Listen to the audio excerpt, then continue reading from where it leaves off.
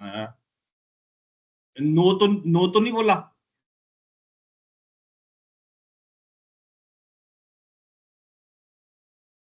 No sir, yes बोला। ठीक है, payment date is not relevant basis, मतलब पेमेंट डेट रेलेवेंट क्यों नहीं है? क्योंकि ये आपकी एक नोटिफिकेशन आई थी 66/2017, ये 15 नवंबर 2017 को ही आ गई थी। 15 नवंबर 2017 मीन 14 नवंबर 2017 तक ये तीनों कंपेयर होते होंगे। 15 नवंबर को उन्होंने कहा कि यार इन तीन का कंपैरिजन छोड़ दो, बस दो का कंपैरिजन करो। क्योंकि मतलब हिस्टोरिकली भी ऐसा ही होता था, ये बीच में 3-4 महीने के लिए ये रामलीला हुई होगी। जो 4 महीने के लिए रामलीला हुई उसको नहीं याद, जो परमानेंट है उसी को याद है। No, it is continuous supply of goods. Continuous supply of goods generally जो होता है वो B2B के केस में होता है, या आप कई बार कंस्ट्रक्शन करा रहे होते हो घर में अपने, तो भी होता है। मीन्स आपने जो है बड़ा सा प्लॉट लिया, 2000 गज का बंगला बना रहे हो, या आप बिल्डर ही बन रहे हो, बिल्डिंग बना रहे हो, तो आप आपकी कॉन्टिन्यूअस सप्लाई ऑफ गुड्स होगी। आप सीमेंट का जो है रोज का बिल नहीं बनवाओगे कि ला भाई सीमेंट का तेरा कितना 1 लाख रुपए का बिल हो गया, 5 लाख का हो गया। आप सीधा सीधा जो है आपका जो अकाउंट्स का बंदा है, आपके आर्किटेक्ट्स के कहने पे, आपके ठेकेदारों के कहने पे कितना सीमेंट चाहिए वो फोन कर दिया करता है, या एक ऑर्डर, परचेज ऑर्डर रेज कर दिया करता है, उसकी जो है डिलीवरी आपको आ जाती है। अब आपको जब डिलीवरी आ जाती है तो साथ में इनवॉइस आ भी सकती है, नहीं भी आ सकती है, दोनों में से कुछ भी हो जाता है। जनरली आनी चाहिए बट कई बार नहीं भी आती है। अब अगर जब कॉन्टिन्यूअस सप्लाई ऑफ गुड्स है, when it is a case of continuous supply of goods, a special provision is made for continuous supply under section 31 subsection 4 of CGST act, which dictates when invoice must be issued। यहां पर वो फिर वही बात कर रहा है कि इनवॉइस की इशुएंस कब होनी चाहिए। जैसे आपकी नॉर्मल गुड्स के केस में जो है वो सप्लाई इनवॉइस की जो डेट होती होती थी, that was what was the date there, and date जो थी जिस दिन आपने गुड्स डिलीवर कर दिए, वही डेट आपकी फाइनल डेट ऑफ इनवॉइस है। कॉन्टिन्यूअस सप्लाई ऑफ गुड्स के केस में ऐसा नहीं है। कॉन्टिन्यूअस सप्लाई ऑफ गुड्स के केस में क्या है, the time of supply is the earliest of the when the invoice must be issued. इसमें इनवॉइस इशू करने की डेट क्या मानी जाती है वो चीज अभी हम आते हैं इसके ऊपर। यहां पर जो है time of supply is the earliest of the following, the date of issue of the invoice, ठीक है जी, जैसे पहले पढ़ के आए हैं। The date on which the supplier receives the payment, यहां पेमेंट आ गई रेलेवेंट। जब कॉन्टिन्यूअस सप्लाई आ गई तो यहाँ पेमेंट रेलेवेंट हो गई। इन कॉन्टिन्यूअस सप्लाई के केस में पेमेंट रेलेवेंट होगी, इसका सेक्शन भी बदल गया। अभी हम जो है वो सेक्शन पीछे 12 सबसेक्शन 2 पढ़ रहे थे, अब ये कॉन्टिन्यूअस सप्लाई पढ़ रहे हैं, तो हम सेक्शन 12 सबसेक्शन 3 पढ़ रहे हैं। सॉरी, पढ़ हम 12 2 ही रहे हैं अभी, इट्स नॉट 12 3, तो पढ़ हम सेक्शन 12 सबसेक्शन 2 ही रहे हैं। बट ये कॉन्टिन्यूअस सप्लाई ऑफ गुड्स के केस में है, जहां आपका जो है बिजनेस टू बिजनेस मॉडल चल रहा है। आप जो है सप्लायर को कह रहे हैं कि भाई तू भेजता रहे, जब तक मैं कह रहा हूँ भेजता रहे, मेरा फोन है तू भेज दिया कर। और वहां पर जो है हमारी टाइम ऑफ सप्लाई क्या कह रहे हैं, what will be the time of supply, the date of issue of the invoice or the date on which the supplier receives the payment, whichever happens earlier। अब date of issue of invoice क्या होगी, for a continuous supply of goods the invoice must be issued at or before the time of each successive statement of account is issued.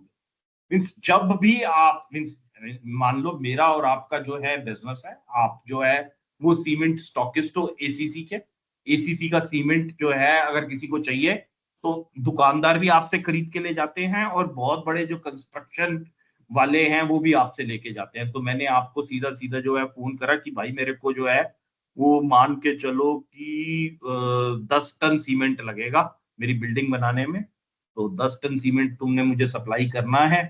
तो आप जो है हर 15 तारीख को जो है मेरे को जो है वो एक अकाउंट स्टेटमेंट भेज देते हो बना के कि भाई तेरे बंदों ने 3 तारीख को, 4 तारीख को, 6 तारीख को, 8 तारीख को, 9 तारीख को, 10 तारीख को, 12 तारीख को ये इतना इतना सीमेंट मंगवाया है। दे कॉल्ड फॉर सीमेंट और हमने उसको सप्लाई कर दिया। उससे पहले 25 तारीख को, 27 तारीख को, 28 को, 30 को भी मंगाया था, वो इतना था। 15 तारीख तक की ये पूरी की सप्लाई की लिस्ट, पिछले 16 से लेकर इस 15 तक की ये लिस्ट तेरे को हमने दी है भेज। आप जितनी भी वो 16 से लेकर 15 तक की, अगर महीने में एक बार ही आपको अकाउंट स्टेटमेंट आ रही है, तो 16 से लेकर 15 तक की जो सेल है वो ऐसे माना जाएगा जैसे उसकी इनवॉइसिंग 15 तारीख को हुई है। मीन्स आज इस महीने अगर मुझे जो है आपने अकाउंट स्टेटमेंट 14 अगस्त को भेजी है और उससे पिछली स्टेटमेंट आपने मेरे को 16 जुलाई को भेजी थी, तो 16 जुलाई से लेकर 14 अगस्त की सेल उस 14 अगस्त की स्टेटमेंट में जितनी भी दिख रही होगी, all that will be considered कि वो 14 अगस्त को हुई है। मेरे लिए वो सारी की सारी जो जीएसटी लाइबिलिटी है वो 14 अगस्त के हिसाब से, जब मैं अकाउंट स्टेटमेंट भेजूंगा माना जाएगा कि मैंने उसी दिन इनवॉइस। ठीक है जी, बात समझ में आ गई? सर ये पॉइंट एक बार दोबारा समझा दिए, 14 अगस्त वाली सर, मतलब कंटिन्यूअस सप्लाई एक बार दोबारा बता दो सर। कॉन्टिन्यूअस सप्लाई में बेटा जो है आपकी इनवॉइसिंग जो है वो कंसीडर होनी है कि आपने अकाउंट स्टेटमेंट कब दी। जब आपने अकाउंट स्टेटमेंट दी जब भी, तो आपका ये माना जाएगा कि आपने जो है अकाउंट स्टेटमेंट जो भी है वो भी हमें एक एक्सेल से समझते हैं, that will help us. Account statement जो है ये कुछ ऐसे होएगी। इनवॉइस जो है मेरी ये सीमेंट की, यहाँ जो होगा ये प्रोडक्ट होगा, ये होगा कि आपके बैग्स कितने बने, और ये होगा कि रेट क्या है, और ये होगा आपका वैल्यू कितनी है। तो ये मान लीजिए कि 100 बैग सीमेंट के यहाँ गए, रेट जो है इसका 300 रुपये है, वैल्यू जो है दिस इनटू दिस, ये 30,000 रुपये का सीमेंट जो है वो दिखाएगा कि मैंने आपको दे दिया। आपको अकाउंट स्टेटमेंट बना के साथ में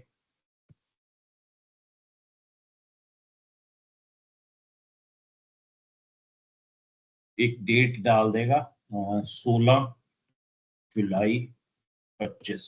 ये 16 जुलाई 25 का है, ये 30,000 रुपये मैंने आपसे लेने हैं। ठीक है जी। उसके बाद जो है वो 18 जुलाई 25 एक और डेट आ गई। फिर उसके बाद जो है वो ऐसे ही आप हर 2-2 दिन में जो है उससे सीमेंट मंगा रहे हो। ये 30 जुलाई की स्टेटमेंट आ गई। अब फिर आपने जो है दोबारा से ऐसे ही काम करा, आपने 5 अगस्त, और यहाँ के बाद सीधा आपने जो है वो 14 अगस्त को सीमेंट दोबारा आपको जो है उसने भेजा, ये आया, ये सब सीमेंट ही सीमेंट है।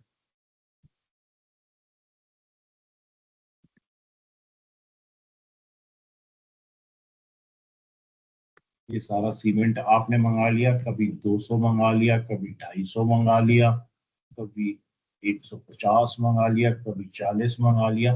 ये आपकी जो है इनवॉइसिंग ऐसे आती चली गई। इनवॉइसिंग नहीं आई, आपको सीमेंट आता चला गया। यहाँ पर आपका जो हिसाब किताब बना वो बना कि आपको 4,32,000 रुपये आपने देने।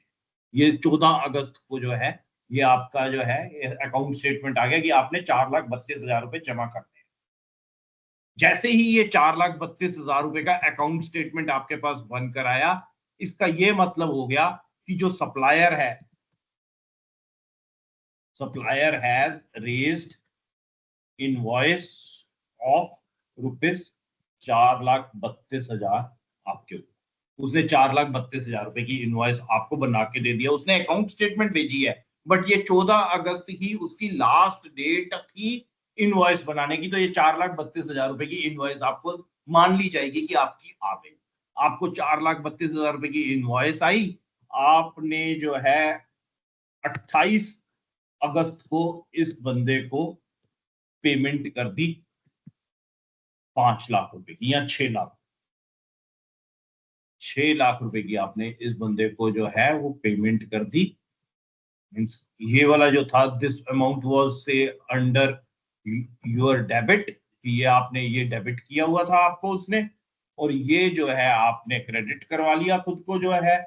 तो आपने ये 4,32,000 रुपए की तो एक सप्लाई मानी जाएगी आपको हुई हुई है, और उसके अलावा ये जो 6 लाख रुपए आपने जो दिए हैं, 6 लाख 4,32,000 की तो इनवॉइस पहले हुई हुई थी, ये दूसरी जो है ये सप्लाई जो है ये भी आपके ऊपर ही मानी जाएगी।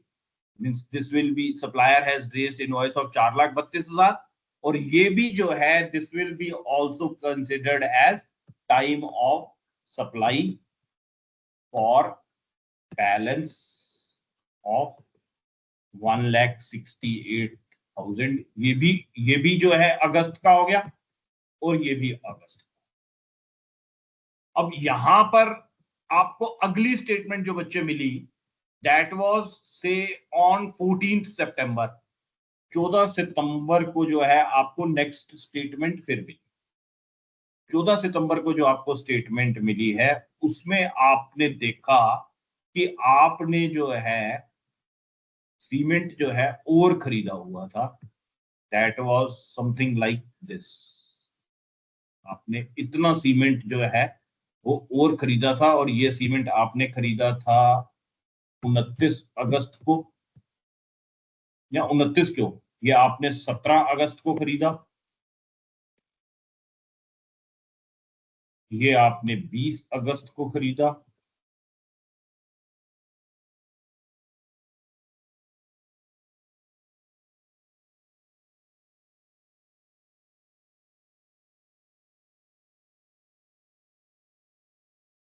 ये इनवॉइसेस आपने कुछ इस तरह से बनाई हुई हैं।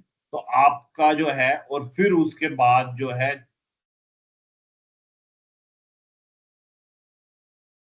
10 सितंबर को भी आपने खरीद लिया, 12 को भी आपने खरीद लिया, और ये जो खरीदा है वो इतना इतना ही खरीदा है। आपकी जो नेक्स्ट बनी है दैट इज, आपको वो दिखा रहा है कि आपने जो मेरे को पैसे देने हैं वो देने हैं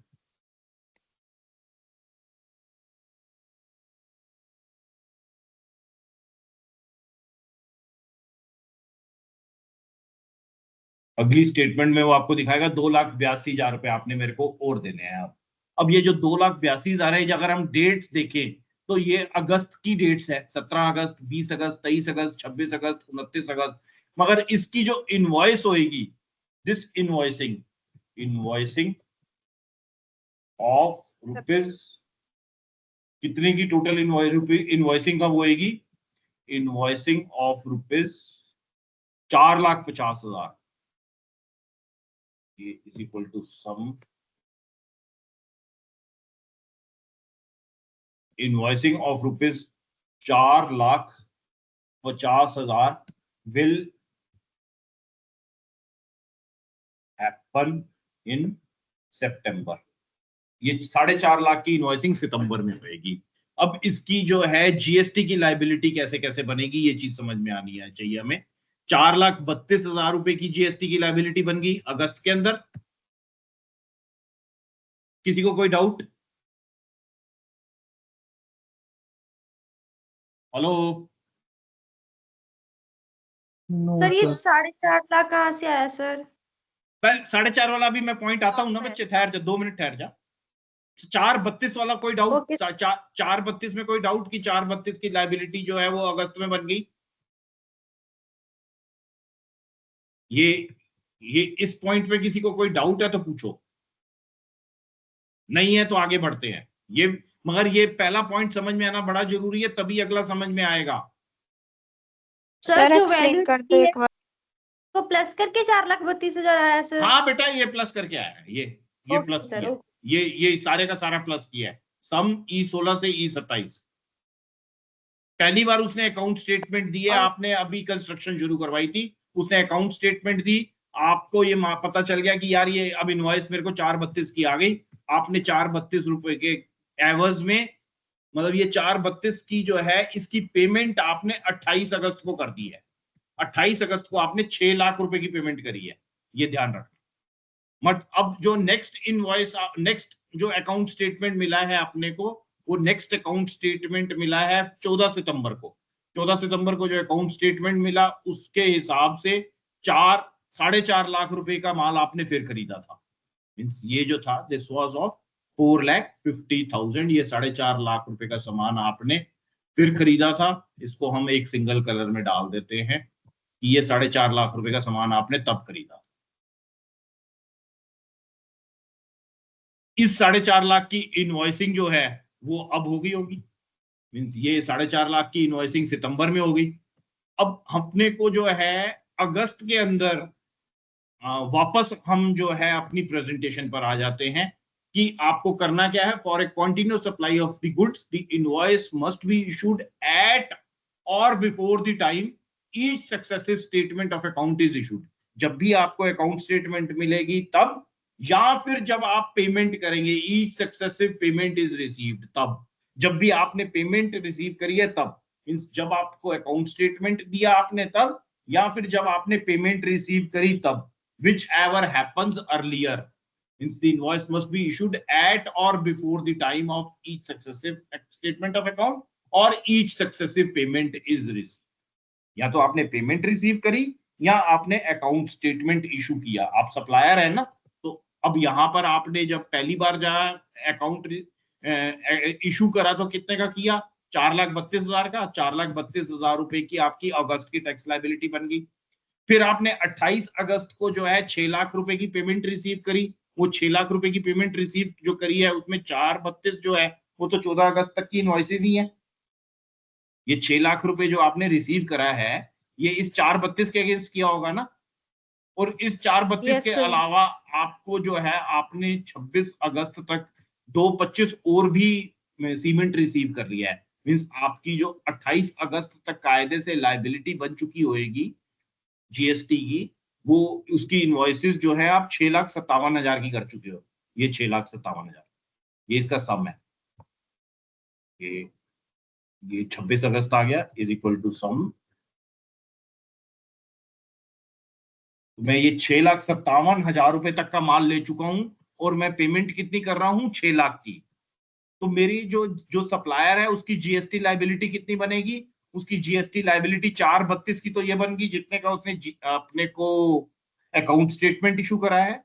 और उसके बाद मैंने Yes, उसको sir. 6 लाख रुपए दिए हैं, तो ये 4,32 वो पहले कर चुका है। इस 4,32 में से 4,32 plus minus 6 lakh mean 6 lakh रुपए हमने उसे दिए, 4,32 वो कर चुका है। तो 4,32 का एक और 1,68 का एक मीन्स वो टोटल 6 लाख रुपए का ये बताएगा कि मैं ऑलरेडी जो है सप्लाई कर चुका हूं इन द मंथ ऑफ अगस्त।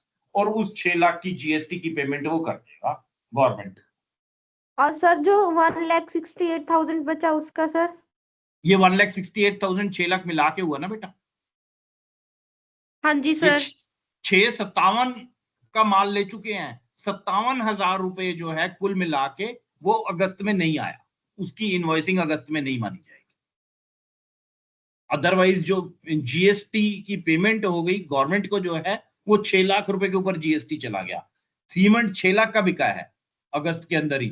29 अगस्त तक ये 26 अगस्त तक जो टोटल सीमेंट बिका है, रादर 29 अगस्त तक तो जो सीमेंट बिका है वो 6,57,000 से भी ज्यादा है। वो टोटल सीमेंट अगस्त के अंदर हमने जो बेचा है मतलब खरीदा है उस बंदे से, that is of the tune of 7,02,000 रुपए का सीमेंट खरीद चुके हैं हम 29 अगस्त तक। मगर 7,02,000 की जगह जो हमारी टैक्स लायबिलिटी बनेगी वो खाली 4,32 प्लस 1,68 पे बनेगी, बस 6 लाख के ऊपर बनेगी, उससे ज्यादा नहीं बनेगी कॉन्टिन्यूअस सप्लाई के केस। बाकी की जो है वो सितंबर में मानी जाएगी। सितंबर की स्टेटमेंट आएगी, सितंबर की स्टेटमेंट में हमारी टोटल सेल कितनी दिखेगी। जब सितंबर की इनवॉइस बनेगी तो टोटल सेल दिखेगी 4.5 लाख। इसका इनवॉइस बनाएंगे हम।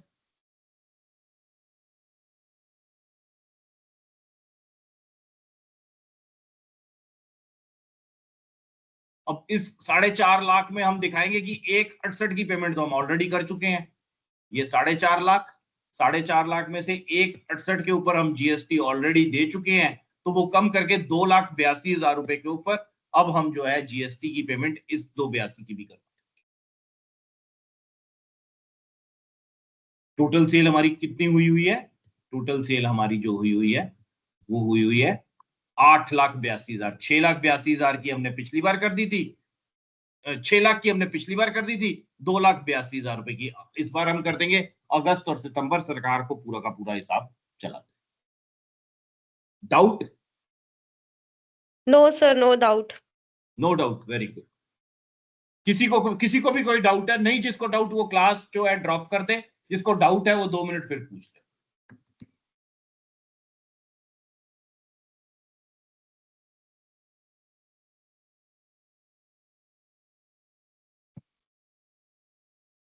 ठीक है फ्रेंड्स, इट्स 9:15, 15 मिनट फालतू ले लिए मैंने, जो 10 मिनट जो है लेट किया था, 1 घंटा तो कम से कम लगना ही था इस कंसेप्ट को समझाने में। सो आई वाज हेल्पलेस। सर बोल तो रहे थे कि जल्दी छोड़ दियो, बट मैं नहीं छोड़ पाया।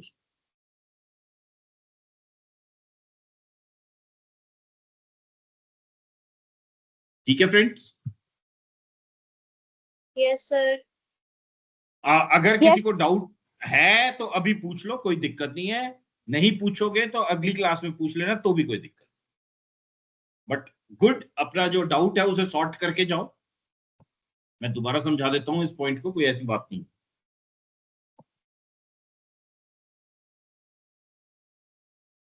शैल I repeat?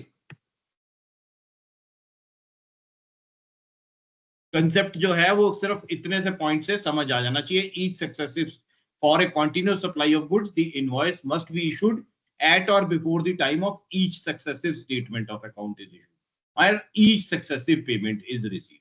The tax liability arises at the earliest of the invoice date or the payment. जब भी आप इनवॉइस बनाएंगे या पेमेंट करेंगे तो भी आ जाएगी. This means that even if the statement is issued, the liability is triggered on that date if it is the first event. Similarly, if a payment is made before the statement is issued, the time of supply is the date of the payment.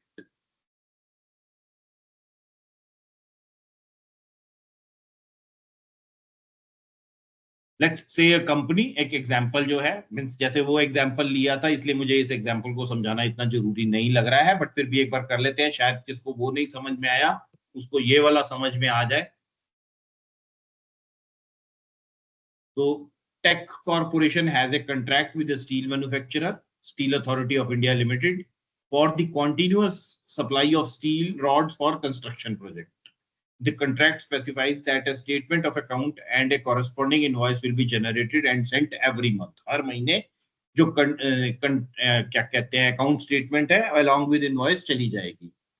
Scenario क्या है? Tech Corporation makes an advance payment of 50,000 on 5 January. 5 जनवरी को जो है 50,000 रुपए की पेमेंट करता है. SAIL issues the first monthly invoice and statement of account on 1 February. The date of receipt the remaining payment for the month supply is received on 15 March. Means ये जो 50,000 की एक पेमेंट आई, इसको मान लो कि 1.5 लाख रुपए की है फर्स्ट मंथली इनवॉइस, इसको हम प्रिज्यूम कर लेते हैं कि ये 1.5 लाख रुपए की है. और the remaining payment for the month supply जो बचे हुए 1 लाख है वो 15 मार्च को दी है. तो 50,000 रुपए जो एडवांस पेमेंट हुई है उसकी सप्लाई डेट क्या मानी जाएगी? उसकी सप्लाई डेट 5 जनवरी, वो जनवरी ही मान ली जाएगी उसकी सप्लाई. जब भी पेमेंट आई, payment or the account statement whichever happens earlier, payment or the invoice whichever happens earlier, क्योंकि इनवॉइस का मतलब है अकाउंट स्टेटमेंट आई. तो यहाँ पेमेंट पहले आ गई 50,000, तो 50,000 के ऊपर जीएसटी जनवरी के महीने का हो गया. उसके बाद नेक्स्ट जो है वो आई 1.5 लाख रुपए की बिलिंग. 1.5 लाख रुपए की अकाउंट स्टेटमेंट दिखी कि 1.5 लाख रुपए का माल ले लिया, 50,000 रुपए की पेमेंट आ गई. तो नेट में अकाउंट स्टेटमेंट कितने की आई अब आपके पास? 1 लाख रुपए की आ गई. इस 1 लाख रुपए के लिए जो बिलिंग मंथ बन गया, जो टाइम ऑफ सप्लाई बन गया, वो फरवरी बन गया. अब इसकी जो रिसीट है, ये जो बचा हुआ 1 लाख है, इसकी पेमेंट हुई 15 मार्च को. तो 15 मार्च के महीने में जीएसटी अब कितना जमा कराना है? कुछ भी नहीं. मार्च के महीने में there is no supply that is happening, क्योंकि 50,000 की सप्लाई जनवरी में मान ली है, 1 लाख की सप्लाई बची हुई फरवरी में हो गई है. तो 1.5 लाख ही की टोटल अकाउंटिंग हुई है. वो 1.5 लाख की अकाउंटिंग जनवरी और फरवरी में निपट गई. मार्च में there is no invoicing that is required for the remaining amount billed on February 1st. The time of supply is February 1st, as this is the date the invoice was issued. I hope it is clear. कोई ऐसा होना नहीं चाहिए अब जिसको ना समझ में आया हो. अगर हो तो फिर दोबारा से अगली क्लास में feel free to ask. Always keep coming with your doubts. Thank you. Have a good night. Thursday को एक बार